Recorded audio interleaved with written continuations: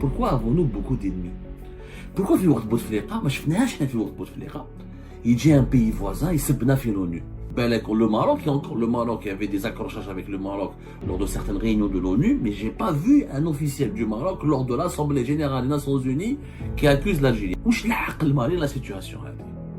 علاش عندنا des problèmes avec l'Espagne؟ علاش عندنا des mauvaises relations cycliques avec la France؟ علاش عندنا des problèmes avec les Émirats؟ علاش nous sommes au bord d'une guerre avec le Maroc؟ Pourquoi nous avons des relations superficielles avec d'autres pays du Golfe, mis à part le Qatar? Pourquoi on n'a pas pu intégrer les BRICS? Pourquoi la Chine et la Russie n'ont pas voulu nous soutenir jusqu'au bout pour nous faire intégrer au sein des BRICS? Lequel on avait un bon comportement, amical, diplomatique, solidaire avec nos voisins. Quand beaucoup de nos voisins étaient solidaires avec nous, lorsque nous étions en traversant des moments de grande difficulté. Le régime Tebboune, en fait, a créé les ennemis de l'Algérie. Il est en train de créer, c'est une machine, une fabrique des problèmes.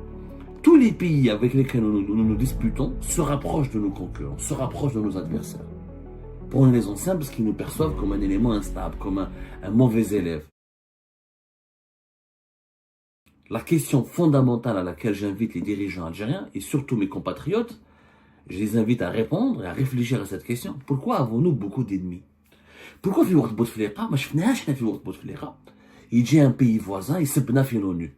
On n'a jamais vu à l'époque du régime de Bouteflika, ni le Mali, ni le Niger, ni aucun pays de notre voisinage. Le Maroc, il y avait des accrochages avec le Maroc lors de certaines réunions de l'ONU, mais j'ai pas vu un officiel du Maroc lors de l'Assemblée Générale des Nations Unies qui accuse l'Algérie. Il y a eu des accrochages, mais mis à part le Maroc, aucun pays avec lequel il y a un différend historique concernant le Sahara occidental, j'ai pas vu un représentant d'un pays, notamment du Sahel et du reste des autres pays africains, qui s'est retourné contre nous, là, qui nous a accusés, ou là, qui a été particulièrement hostile contre nous et qui traite nos dirigeants d'énergumènes.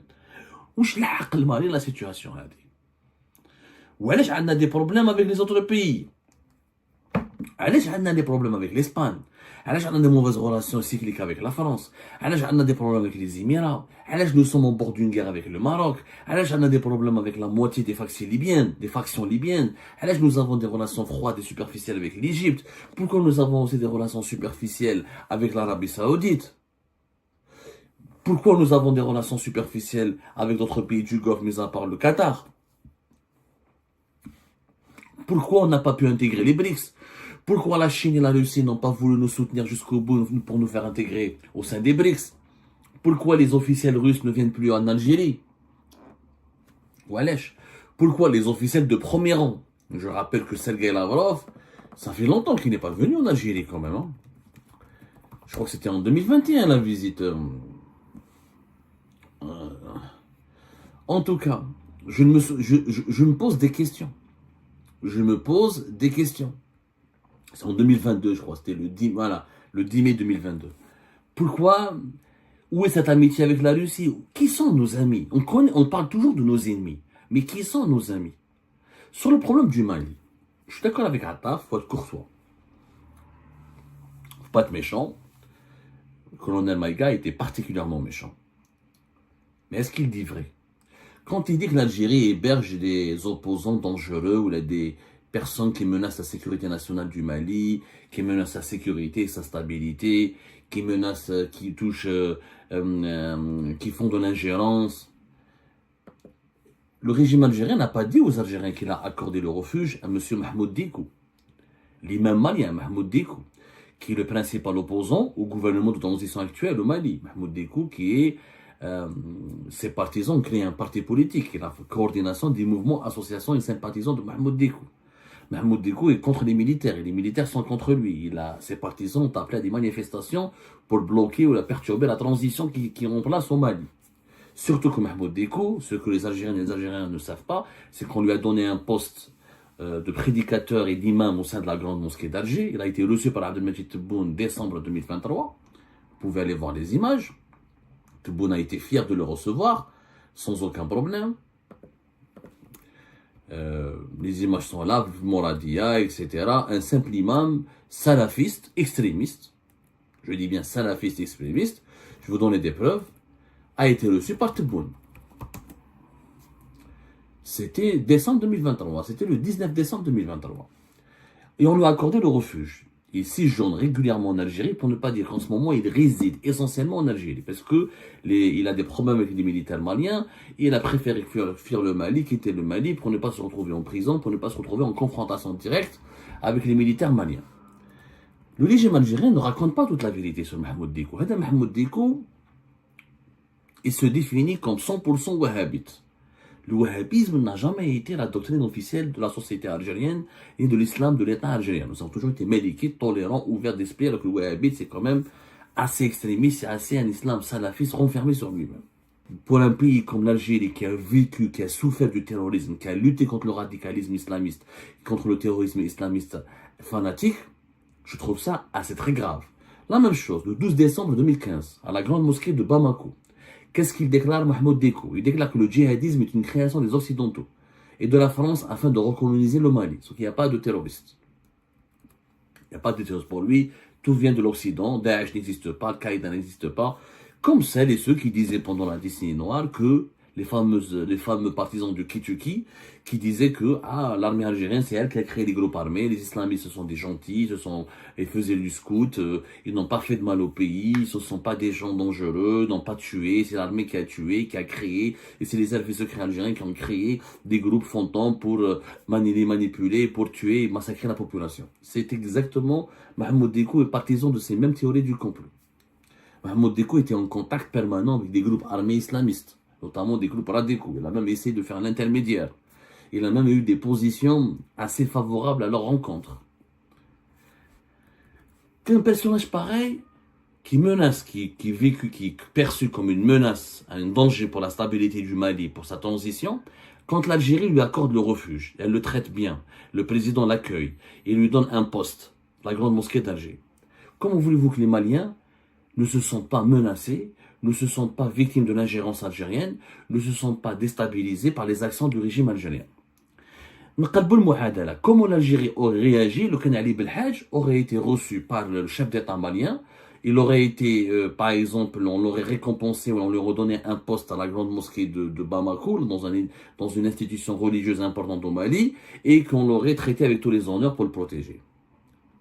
Imaginez comment le gouvernement algérien va réagir. Imaginez la Tunisie, ou le Maroc, ou l'Égypte, ou la Libye, ou le Niger, ou la Mauritanie auraient fait exactement ce que le régime Tebboune a fait, c'est-à-dire accueillir un personnage radical, un radical de l'opposition islamiste, radical, et qui cautionne des actes terroristes, et qui a des idées fanatiques, et qui propage des idées extrêmement dangereuses sur l'action du djihad armé. Comment l'Algérie aurait réagi?